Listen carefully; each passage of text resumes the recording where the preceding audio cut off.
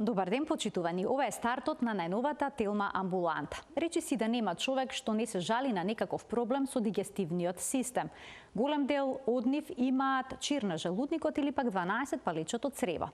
Дали секоја болка во пределот на желудникот или пак папокот укажува на оваа болест? Кои се основните симптоми што алармираат дека се работи за чир?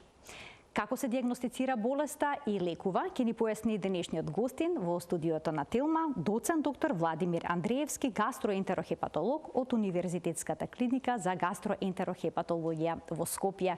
Ќе погледнеме блок реклами, а веднаш потоа стартува разговорот во студиото. Останете на Телма.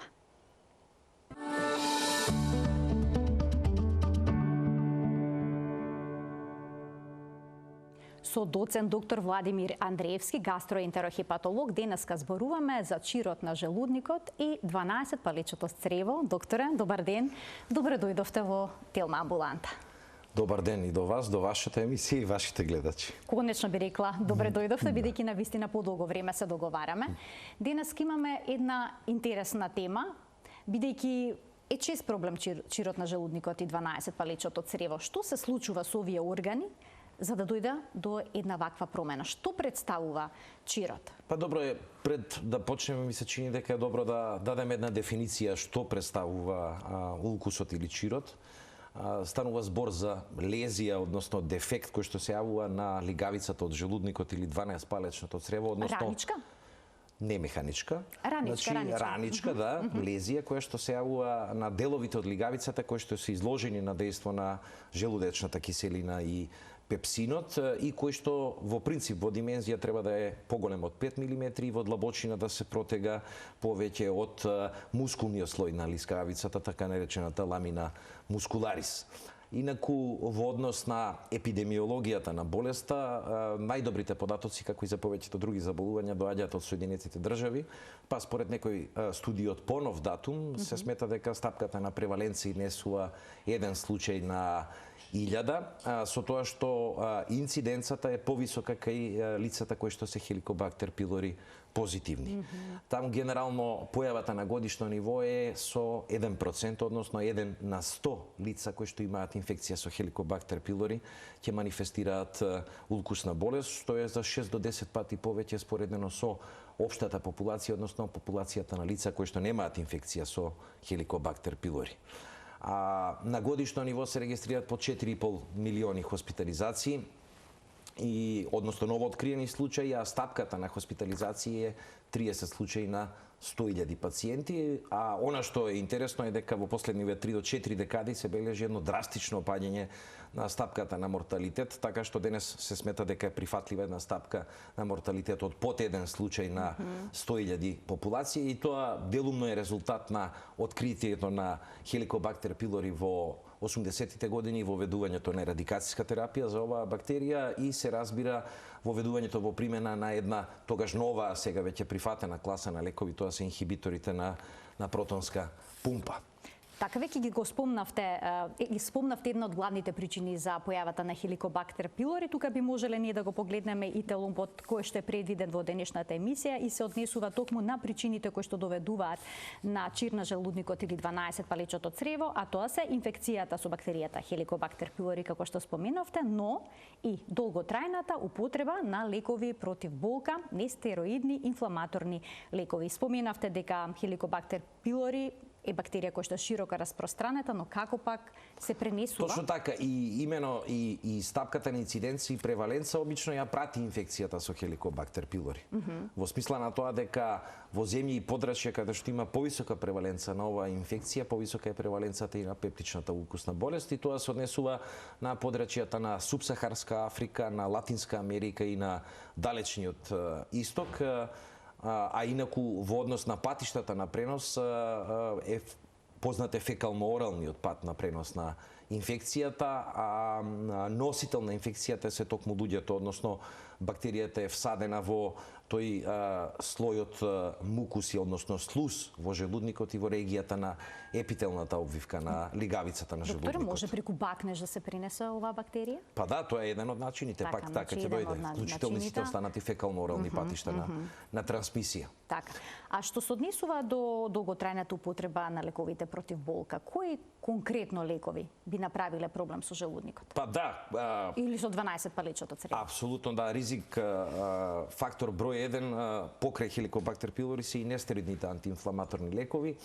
И имено во таа смисла и не зачудува фактот зошто кај старата популација, кај возрастните лица се бележи зголемување, како напредува возраста, зголемување на појавата на укусната болест, токму заради еден феномен на така наречена полипрагмазија, кога кај старата популација се пременуваат повеќе категории на лекови, меѓу кои и нестероидните антиинфламаторни лекови, кои што го зголемуваат ризикот за 3 до 4 пати во однос на остатокот од популацијата. А инаку ибупрофен, некои такви? Да, апсолутно. Кетопрофен, ибупрофен, еден куп ги има, значи. Аспиринот може да создаде проблем? Аспиринот апсолутно, ацетилсалицилната киселина, понатаму доаѓаат една релативно понова класа на лекови кои што се антитромбоцитни медикаменти, P2Y12 инхибитори од типот на клопидогрелот и неговите аналози, хроничната орална антикоагулантна терапија, кортикостероидите, интересно од домен на психијатријата, серотонинските реаптеки инхибитори, тоа се класи на лекови кои што имаат дополнителен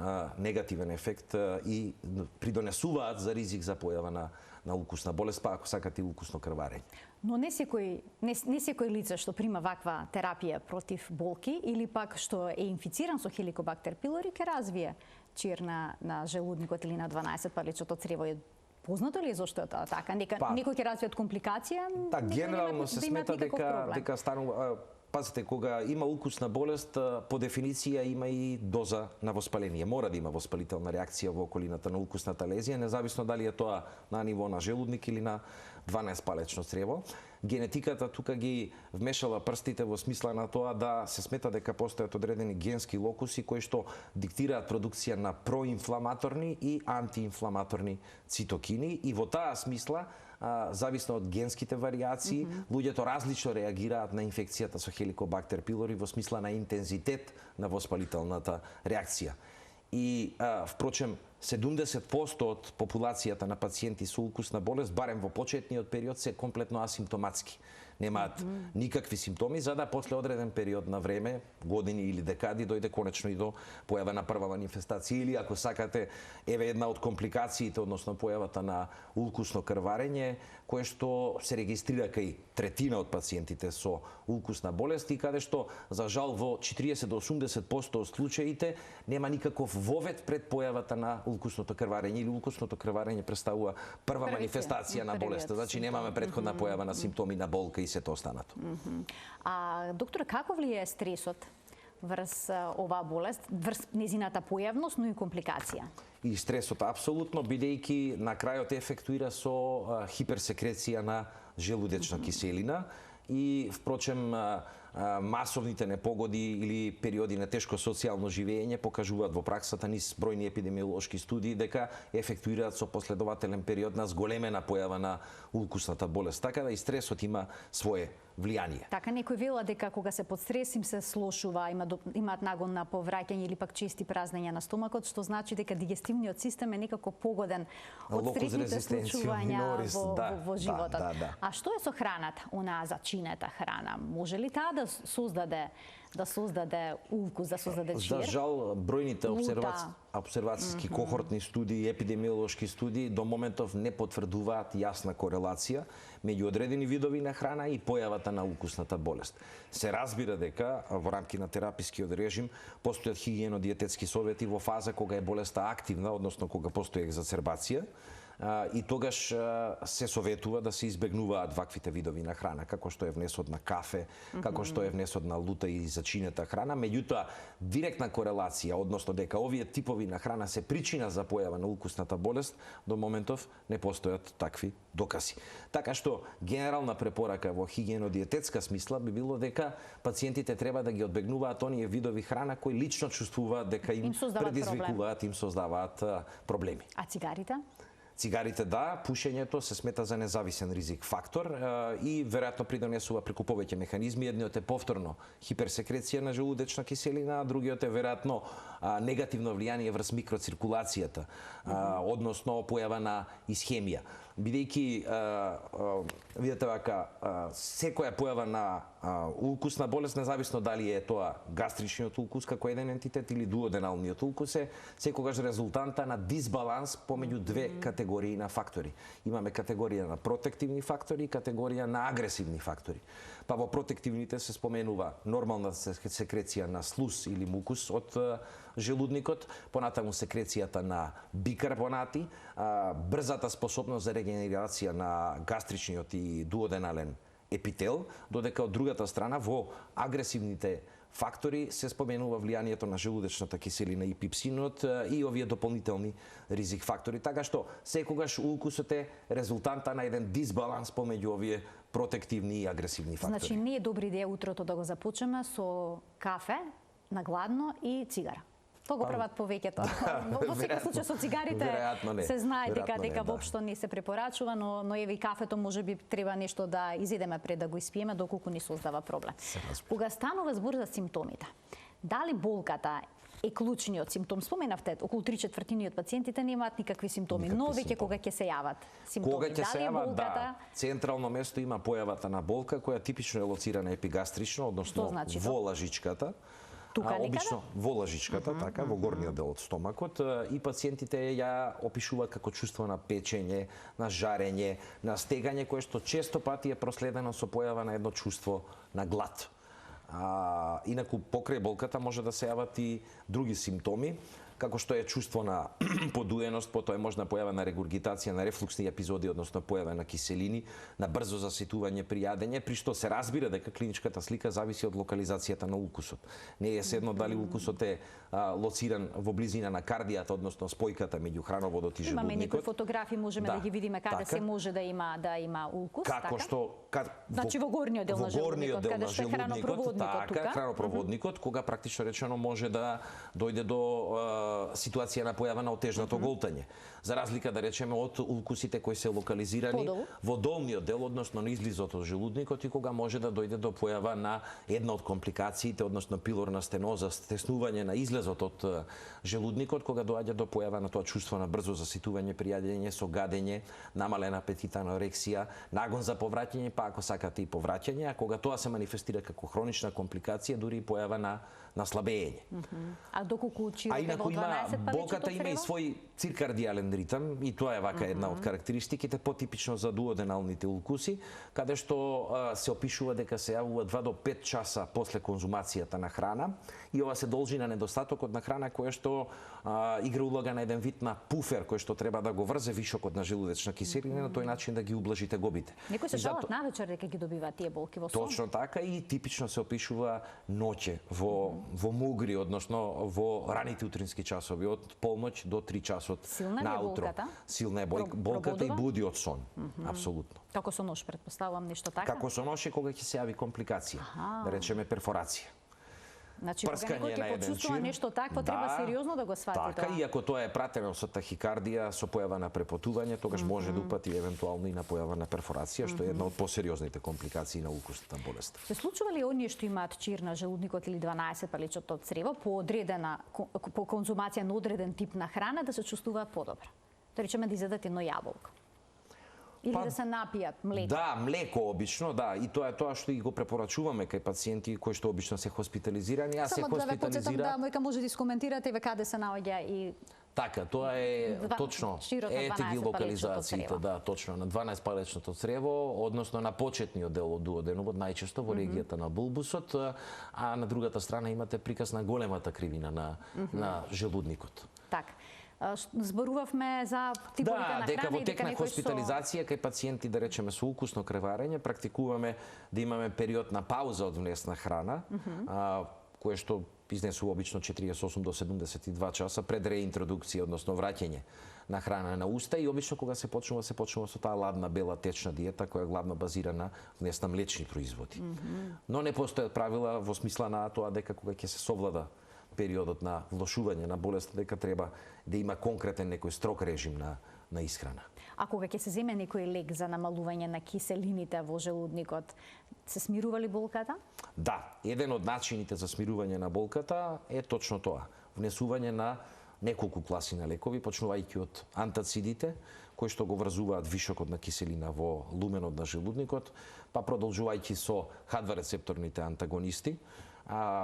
За жал, Американската агенција за храна и лекови 2020 во периодов на ковид пандемијата го забрани за употреба ранитидинот на светско ниво, па сега го нема кај нас заради некои ексипиенси, односно додатоци во рамки на овој лек, а не заради самата основна се крена супстанца. голема паника, докторе, заради тоа што на вистина многу луѓе го пиеа овој лек. И Така потоа кога можевме да прочитаме, бевме загрижени за сопственото здравје. Гледам на сето ова со доза на мала доза на сумневање, бидејќи лекот се употребува од 70-тите навака, значи H2 рецепторните антагонисти се воведени во употребу уште од 71-72 година. Наводно цело време знаеле дека создава проблем. Денеска се супериорни инхибиторите на протонската пумпа и такви ги имате многу, почнувајќи од старата класа на омепразолот, првиот клинички воведен инхибитор на протонска пумпа, преку поновите генерации на пантопразол, на рабепразол, на езомепразол и така натаму. Кои што масовно се земаат. Кои што масовно се земаат и најголем дел од нив се безбедни, убедливо најбезбеден е пантопразолот заради најнискиот праг на интереакција со некои други лекови кои што се во употреба, како што е да речеме клопидогрелот, кој што наоѓа своја примена особено кај кардиоваскуларните заболувања. По завршувањето И се разбира една нова класа на лекови кои ги очекуваме да дојдат на нашиот пазар и за кои течат клинички студии во Европа, а веќе се воведени во употреба на далечниот исток. Тие се така наречените калиум-канални киселински блокатори, чиј прв представник е вонопразанот, но ќе ги почекаме да стигнат во Република Македонија. Па ќе видиме каков ефект ќе имаат, што делат во земите во Искуствата кои се што позитивни, се вклучително и во однос на ерадикацијата и успешноста на ерадикацијската терапија за Helicobacter pylori. Кога ќе заврши дејството на апчето што сме го испиле, ќе се вратат болките доколку имаме чир? Да, се јавуваат тегобите повторно и токму затоа има одреден препорачан период на примена на овие класи на лекови, вклучително инхибиторите на протонска пумпа, па така да речеме кај дуоденалните улкуси, а после период на акутна екзацербација на болеста, време траењето на лекувањето треба да изнесува некаде 6 до 8 недели, а кај гастричните улкуси 8 до 12 недели.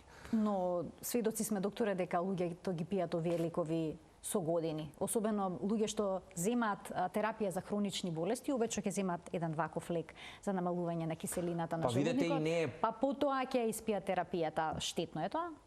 А доколку станува збор за првенствено за пантопразол, не е штетно и баш напротив е препорачливо кај строго дефинирани групи на пациенти. Ова особено се однесува на старата популација, оние што имаат навистина потреба од хронична употреба на антиревматици, односно на нестероидни антиинфламаторни лекови. Кај ни велиме дека се дава така наречена on demand, односно гастропротективна или мала доза на овие инхибитори на протонска пумпа.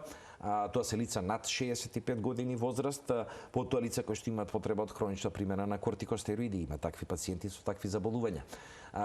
Потоа пациентите со кардиоваскуларни заболувања кои имаат потреба од хронична терапија со ниски дози на аспирин, кои што имаат апсолутна индикација за такво нешто, како што се пациенти со прележан акутен инфаркт на миокард, оние кои што се пласирани стентови, кај кои што често пати одат дури и орални антикоагуланси, вклучително и оваа нова класа на директни орални антикоагуланси сега станаа многу популарни во период на ковид пандемијата, ривароксабанот и некои други, кои исто така го зголемуваат ризикот за појава на улкусни крварења и кај нив е сосема оправдано давањето на инхибитори на протонска пумпа.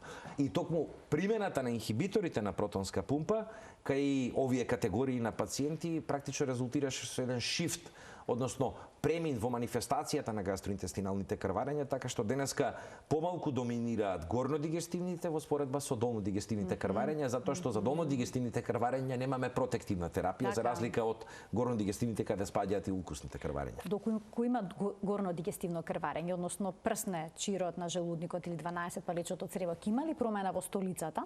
Апсолутно. Каква боја ќе биде? Тоа е и една од манифестациите. Значи, покрај болката, да се разбереме, покрај појавата на киселини, одnosno рефлуксни епизоди, регургитација, чувство на подуеност, понатаму чувство на евентуално тежнато голтање, чувство на гадење и нагон за повраќање и појава на повраќање, секако дека во алармантните симптоми представува и појавата на знаци, односно симптоми кои се резултат на гастроинтестинално, односно укусно крварење. Тоа е како прво појавата на мелена, односно катранесто пребоена црна столица, за која што постојат некои предуслови. Значи, треба да дојде до хемолиза на еритроцитите и трансформација на хемоглобинот во хематин, што резултира со појава на црна столица, а за што е потребен еден временски период од 8 часа. Значи, затоа не е црвена крвта. Така, иако може и да биде црвена, тоа е така наречен знак на хематохезија, кога имаме вишново крвава пребоена столица и обично се јавува кај абундантните, овие масовни, волуменски, високоволуменски горнодигестивни крварења, но се разбира дека тие се пратени и со некои општи манифестации, односно хемодинамска нестабилност, со пат на крвниот притисок, се препотување, вртоглавици, значи со тахикардија, односно елементи за развој на една шокова состојба и завршно, ако сакате, и појава на повраќање на крвава содржина или содржина со боја на талок од кафе, која што ние медицинарите ја нарекуваме појава на хематемеза. Исто така тоа представува знак за појава на укусно крварење. Сега како се дијагностицира болеста?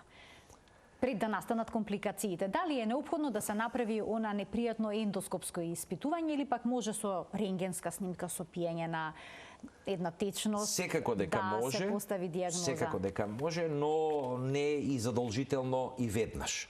Значи, горнодигестивната ендоскопија или гастроскопијата е апсолутно индицирана кај лица на возраст над 50 години и особено оние што имаат позитивна фамилијарна анамнеза за гастричен карцином и оние кои што имаат алармантни симптоми, ги споменавме кои се алармантните симптоми, додека кај останатите не е погрешен пристапот доколку матичниот лекар се одлучи да даде тест терапија со инхибитори на протонска пумпа, да направи серумски тест за Helicobacter pylori, па доколку е присутна бактеријата да примени радикацијска терапија, кај оние кои што се знае дека земаат антиревматици да примени исто така гастропротективна терапија. Независно како и да е, значи дефинитивно дијагнозата завршно се поставува со правење на таа горнодигестивна ендоскопија или популарно кажана гастроскопија, која покажува сензитивност и специфичност од 90 до 95%. Свое место имаат и рентген процедурите, иако се помалку се практикува, зашто таа контрастна метода на езофагогастродуоденографија, која што се заснова на голтање на бариумова каша и контрастно прикажување на евентуалните укусни ниши, има пониска сензитивност и специфичност од 60 до 70%. Значи нешто може се пропушти од 40% так, до 30%. Може да се пропушти, тоа е првата работа. Кај пациенти кои што имаат алармантни симптоми, дури може да ја компромитира ендоскопијата, бидејќи бариумот представува пречка за правење на гастроскопија во непосредниот период по голтање на бариумовата каша, а наоѓа свое место, да речеме, за приказ на случаите со пенетрација како пројавена компликација, каде што убаво се прикажува укусната ниша.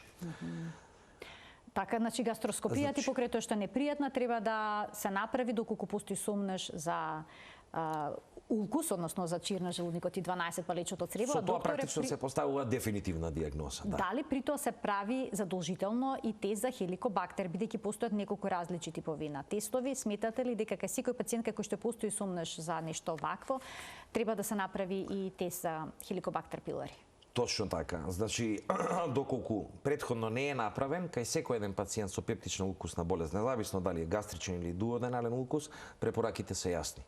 Дека треба во периодот по дијагностицирање обврзно да се направи тест за Helicobacter pylori и доколку е присутна инфекцијата да се примени ерадикацијска терапија и не само да се примени ерадикацијска терапија, туку по соодветен период да се направи терапија.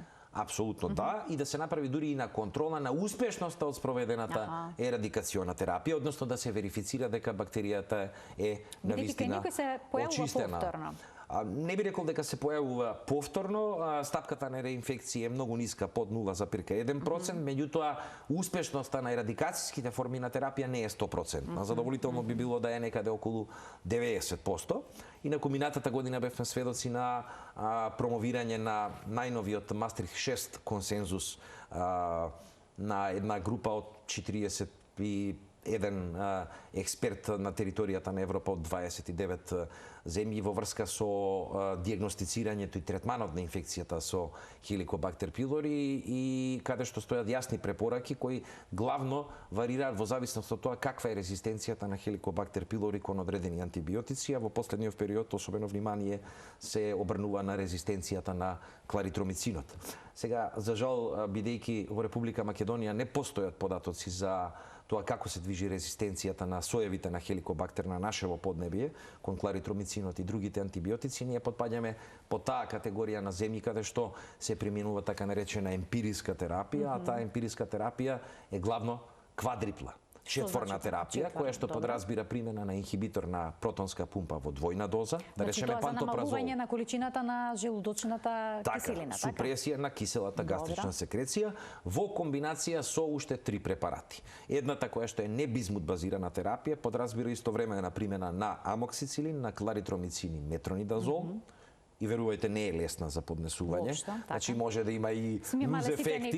Меѓутоа мора да се инсистира на адхеренца на пациентите, односно да навистина ја спроведат така како што треба во зададените дози, доследно долго, односно 14 дена, за да се постигне ерадикација на бактеријата, а другата е бизмут базираната, каде што се дава овој обложувач, односно бизмут субцитратот и го имаме кај нас на нашиот пазар во комбинација со уште 2 антибиотика.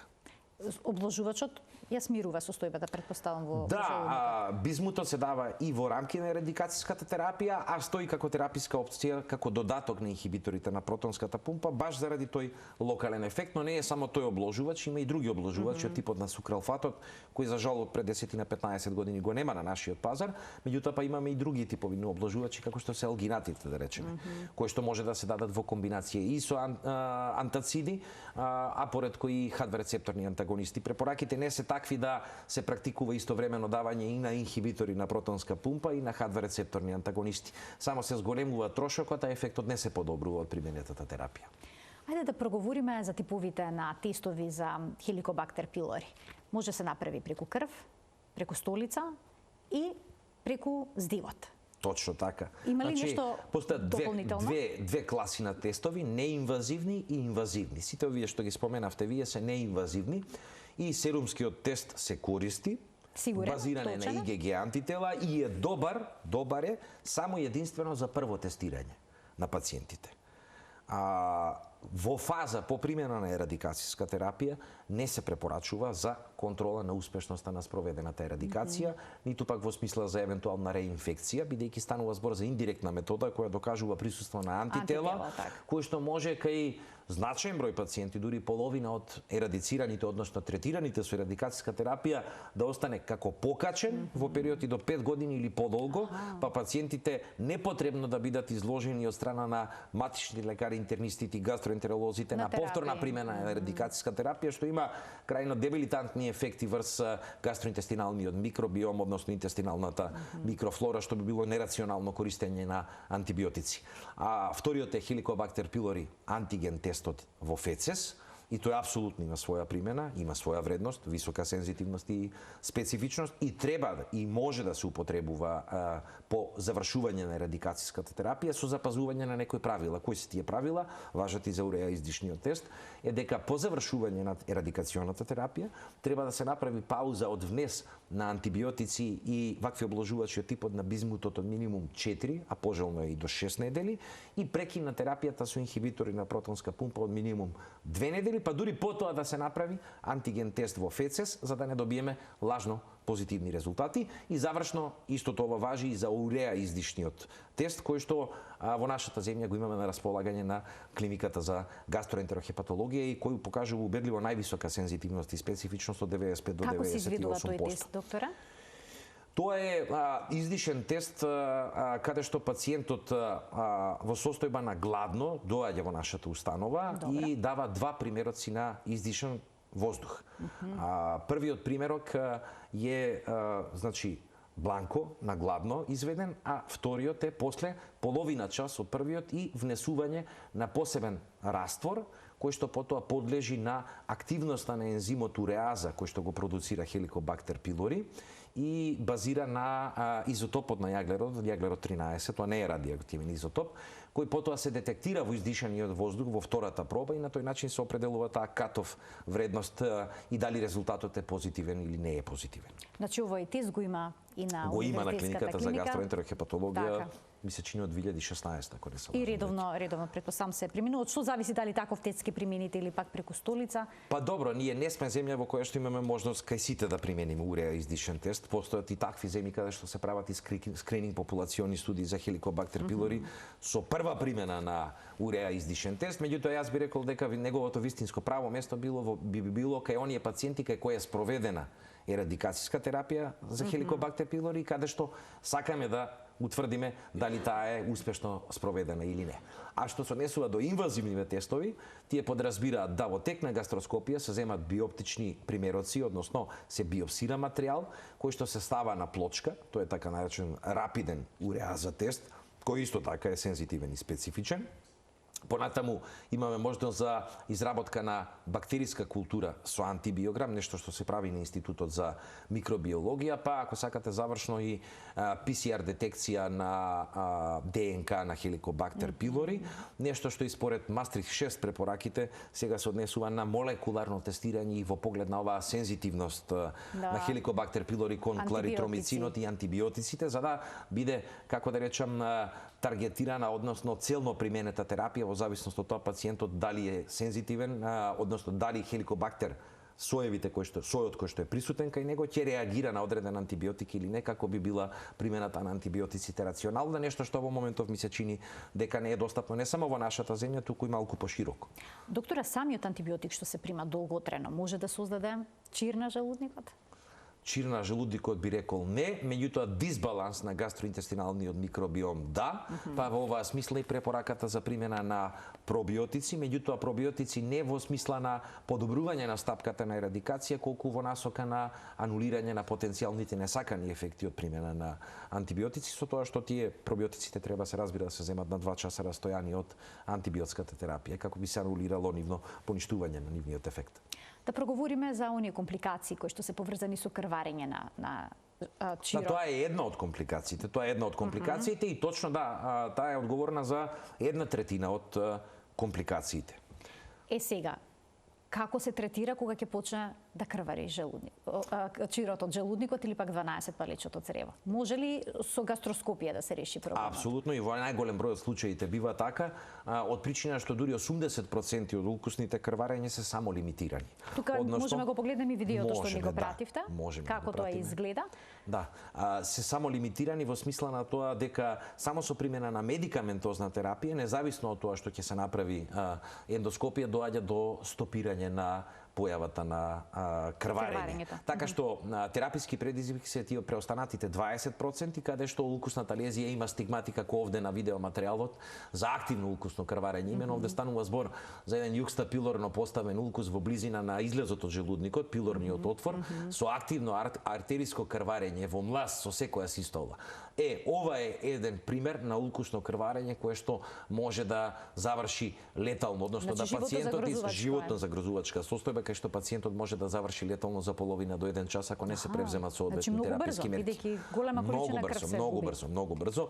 И во ваква ситуација, само во мал процент од случаите, па во ваква ситуација дури мислам дека и не може апсолутно да помогне ендоскопијата и ендоскопските методи на хемостаза, почнувајќи од инјекцијската терапија со адреналин, примена на склерозантни средства, механичката терапија со клипсирање, термокоагулацијските методи на третман кои што ги применуваме, туку ваквите пациенти после соодветен период на ресусцитација, односно реанимација во насока на превенција на развој на шокова состојба, се трансферираат на клиниката за дигестивна хирургија каде што се претендат на оперативен третман. Значи во овој случај ќе мора да се направи класична хирургија за да се класичен оперативен зафат кој што може да представува сутура, подврзување на крвниот сад што крвари или се ресекциони методи во прашање. Но во поголемиот дел од случаите, како што споменавте, успевате да го решите тоа ендоскопски? Во најголем број од случаите успеваме да го завршиме ендоскопски, проблемот да го решиме и дури и после евентуална повторна епизода на крварење кај пациент кој што имал една епизода и веќе е хоспитализиран, стои како опција second look ендоскопија, односно втора ендоскопија со повторен обид. Сега ако веќе и после тоа и примена на дополнителна метода за стопирање на крварењето, продолжи крварењето или се јави нова епизода на крварење, тогаш дефинитивно тие пациенти се кандидати за хируршко лекување.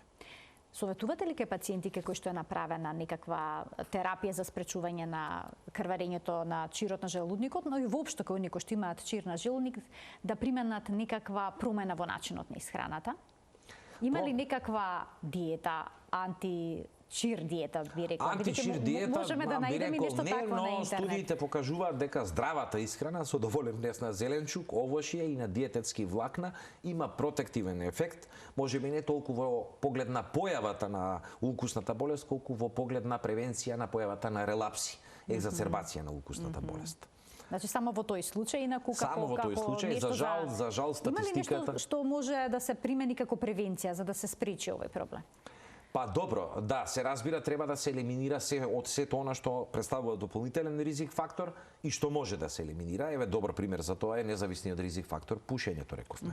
Значи, сосема на место е препораката да пушачите кои што имаат укусна болест доколку можат да престанат да пушат.